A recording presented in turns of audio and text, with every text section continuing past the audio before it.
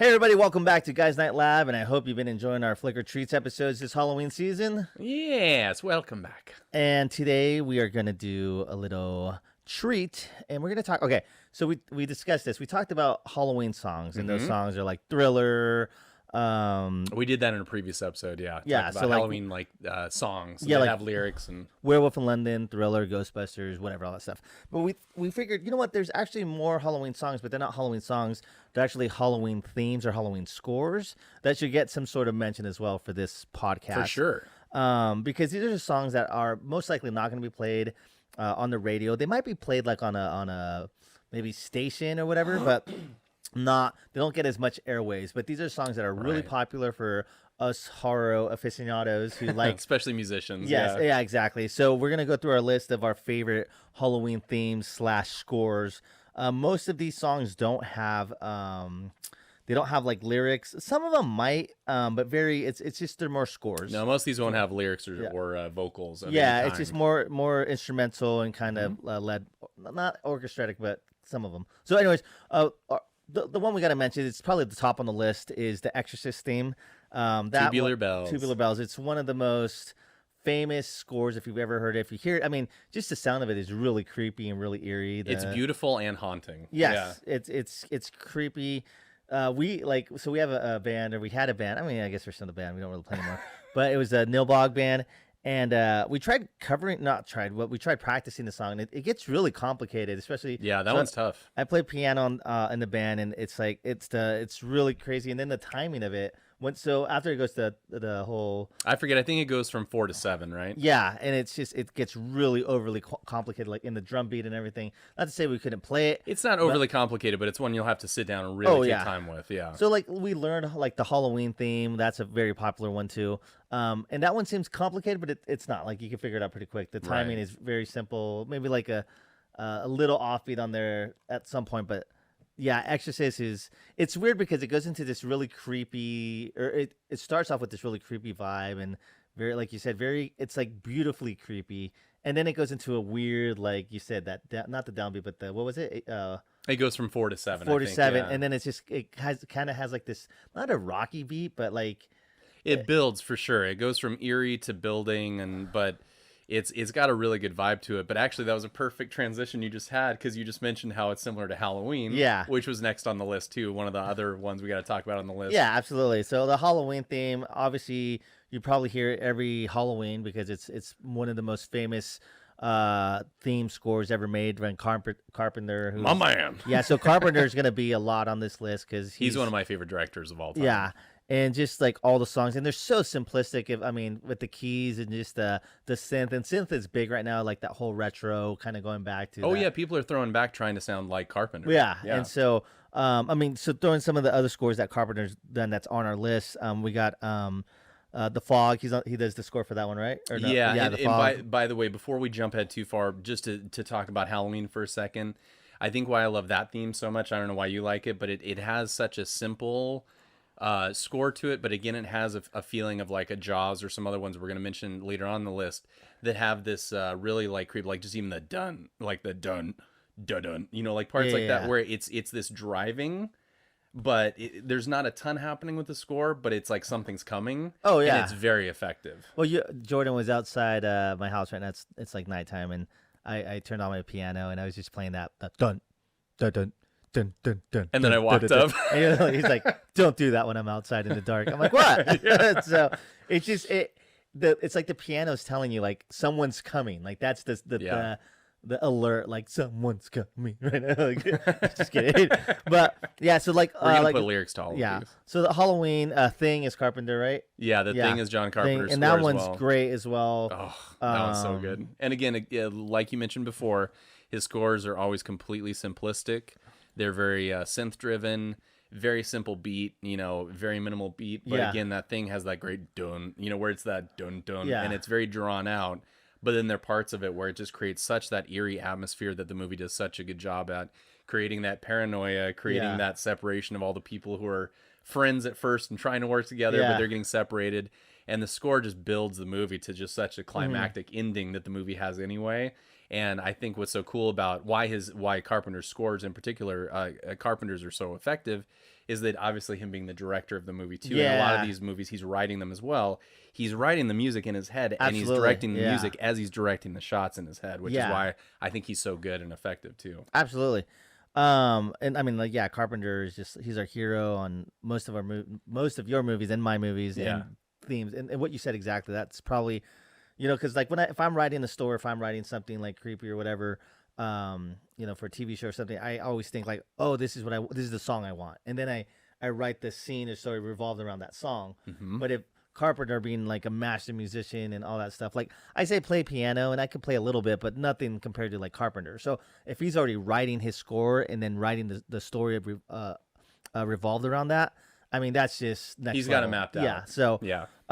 Like I said, Carpenter's a lot on this list, but we're gonna give Carpenter a little break because he could definitely dominate this list. But we can wax poetic way too long about that. Exactly. Guy, so. We could get really, really fanboy on Carpenter. But we're gonna go next to Nightmare on Elm Street. That is a great theme. That's an awesome one. The theme in itself is a little more, I think, creepier than the movies that have gotten. As the movies got more slapstick and more comedic and more campy, the theme song for Nightmare on Elm Street was still super creepy. Like 1, 2, Freddy's coming, like just that. And it's eerie, and it's a 2-part like theme because it's like we said, some of these don't have lyrics, so like that's like that part. It's almost that's more individual song, but it still goes into that like that instrumental, that dun dun dun dun. Yeah, so we're giving that one a pass, especially because that series is so classic. And when you're talking about horror movies, you can't not mention that movie series and that theme. So to me, it's iconic. So you have to mention it, even though it's got the vocals technically in the one part. But that one's iconic though. So so then we go to Nightmare. Then the Friday the 13th is more technically has lyrics, I guess. I don't know. Where it says kill, kill, kill, mom, whatever. I guess, technically. But the Friday almost has the dun dun dun dun. Yep.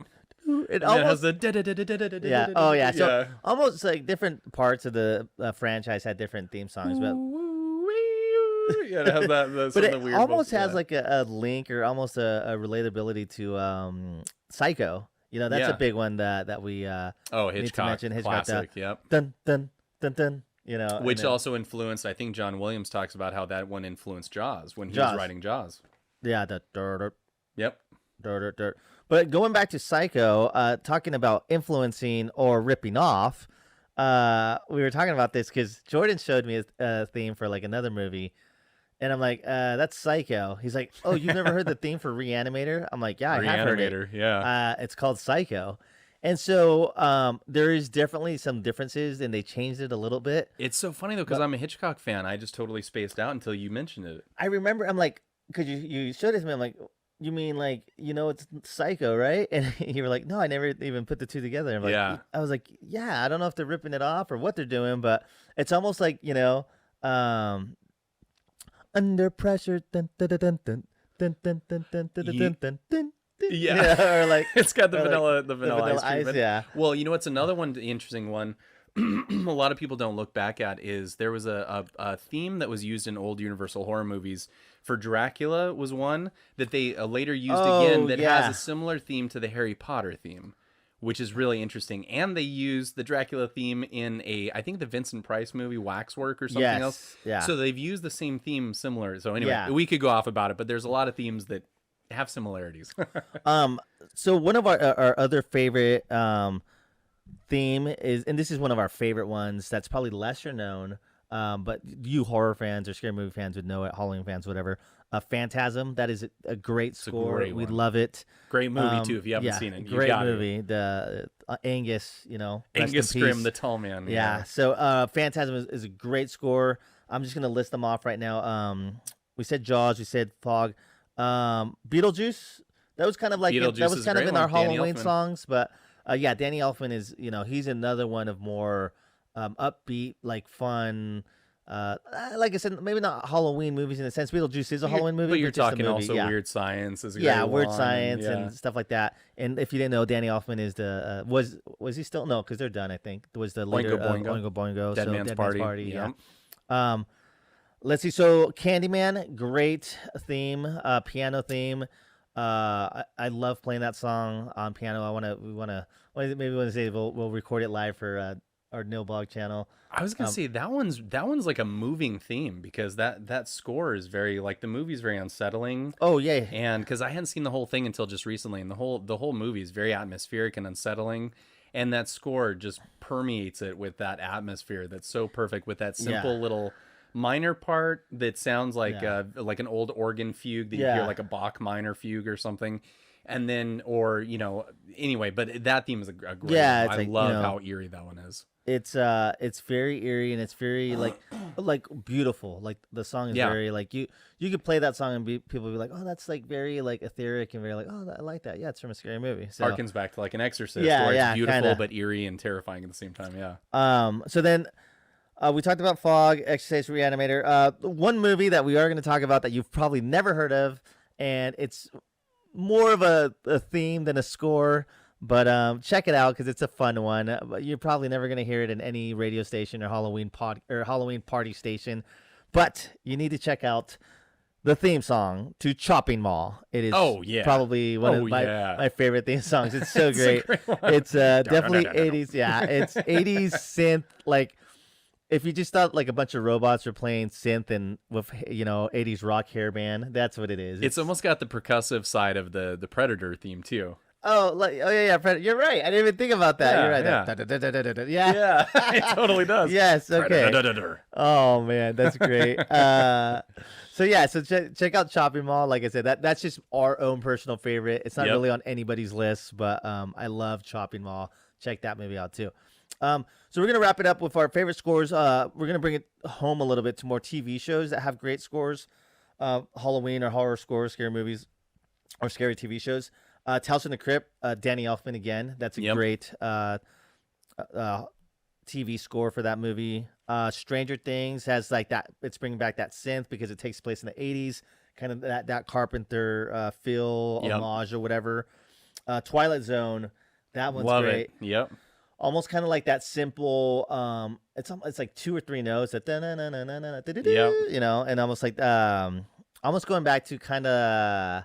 I'm trying to think, like Hitchcock, like Psycho and stuff like that. That something's coming. Yeah, a great one. X-Files. Classic. Love that one.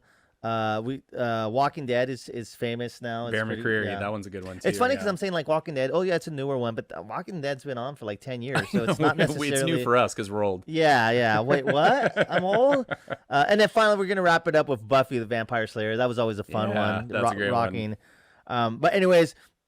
And we missed plenty of TV shows and movies and stuff like that. So if we forgot any be sure to leave them in the comments. Yeah, too, absolutely. I think we mentioned, but I think we mentioned most of them, but I know there's a lot out there. Maybe some off the wall ones that we didn't know, or maybe some ones in our face that were like, oh, it just slipped our mind. Yep. Let us know. But yeah, those are our Halloween scores. Hopefully you guys enjoyed that. So we'll see you in the next one. Happy Halloween. Happy Halloween.